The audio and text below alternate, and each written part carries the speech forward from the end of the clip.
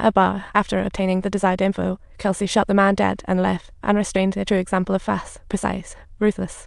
Found mat let 3ca Cyrillic let 4ab so 3 mat and tilde let gbt mat mat or plus or minus a circumflex small cap tanda at not sign tanda retroflex a quarter w ogrov mat mat Cyrillic let 4 bb at a stroke 3 mat permanent sign ogrov circumflex mat a circumflex let 3ca circumflex mat Cyrillic let 4ab so mat a tilde divide by pun copyright tanda retroflex a quarter w ogrov mat acute ogrov y cubed ogrov Cyrillic let 4 7 1 tilde Cyrillic let 4 ab so a knots and a quarter a 3 micro mat ring Cyrillic let 4 baba 3 a ring mat a circumflex a retroflex a Cyrillic let 4 b 9 I cubed micro l dot of mat that times a quarter plus or minus e graph Cyrillic let 4 bb a micro mat t let 5 f0 plus or minus bound.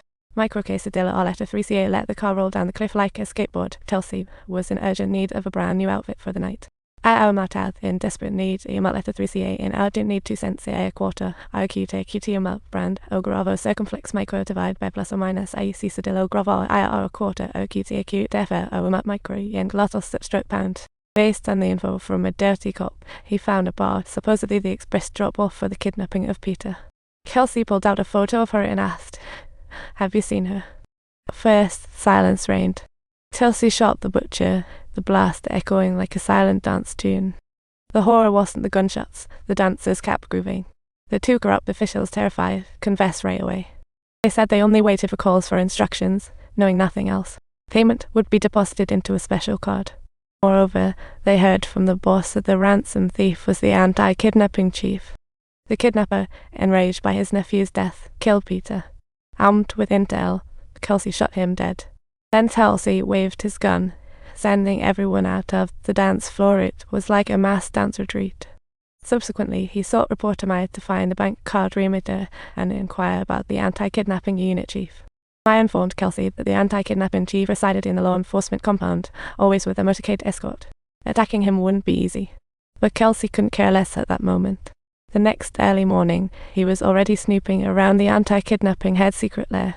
An old man nearby advised him to learn forgiveness, but Kelsey was clearly saving forgiveness for his own grievances.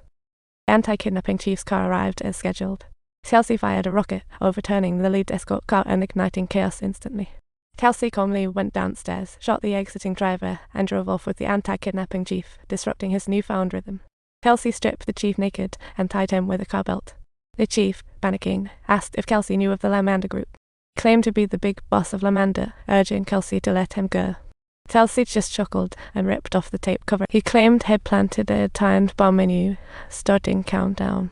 The ransom was indeed what he took. However, it only contained $2.5 million in cash, not $10 million. The rest was blank paper, a trap laid by Dr. Sousa's men. Before the payment, this hefty sum was placed in the car by Chick's lawyer, making the lawyer the top suspect. The situation's complexity far surpassed Kelsey's expectations. With 9 seconds left on the countdown, he left calmly. Real men never look back, yet Kelsey found himself utterly scared, as if someone lurked beside him. Kelsey sauntered off, because real men never look back at explosions, because looking back once too often could lead to a blow-up.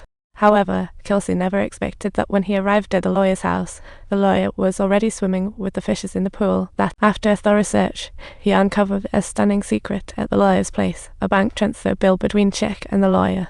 With that in hand, Kelsey had that aha moment, his brow furrowing in realization. He instructed reporter Maya to investigate Chick's bank account, and after digging into it, they found a fresh deposit of $5 million. At this moment, the truth emerged.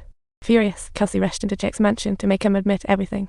Meanwhile, clueless Lisa seemed to catch on, angrily grilling Chick about what he had done. Chick claimed he did all this for the family. Turns out his dad had been buried in massive gambling debts. Burdened by debts, these messes fell onto Chick's shoulders. Adding insult to injury, business was down and the plant could collapse any second. With no other options, he heeded the lawyer's flattery and used his daughter for insurance fraud to repay debts. That's why he hired a drunko like Kelsey as a bodyguard. He barred Peter from swimming, made her learn piano to give kidnappers an opportunity. $10 was divided into 3. Chick took $5 to clear his father's debt, the lawyer $2.05. The remaining $2.5 million is Chick's fee, Peter's stock for 2 days. However, this flawless plan was ruined by corrupt cops. Upon hearing this, devastated, Lisa left, leaving Kelsey with an empty gun. He left behind the bullet that failed to finish him off for Sam, since bullets tell the truth. At that moment, Kelsey resembled God, handing out the chance for the sinner's reckoning. Chick was heartbroken over losing his daughter, thinking he could control everything, yet ended up with nothing. A street lamp and wires formed to cross at the entrance. The gunshot rang out. God didn't forgive the father exploiting his daughter. Now only the big boss of the kidnappers, Sang Bio, was left in the hot seat. Kelsey wasn't going to let him off easy. Maya's investigation into that bank card revealed the sender's name, Brianne, Sang Bio's wife. Once Kelsey got the address, he headed straight to the enemy's lair, gun in hand. Time's ill. Ignoring his pain, he chased after him. Sang Bio's brother ended up crashing into a big rig while trying to escape. Kelsey soon caught up and grabbed him, though he was in worse shape than ever, fueled solely by the drive for revenge. Kelsey then used Sang Bio's brother's life as leverage, getting Rena to contact the big boss, Sang Bio.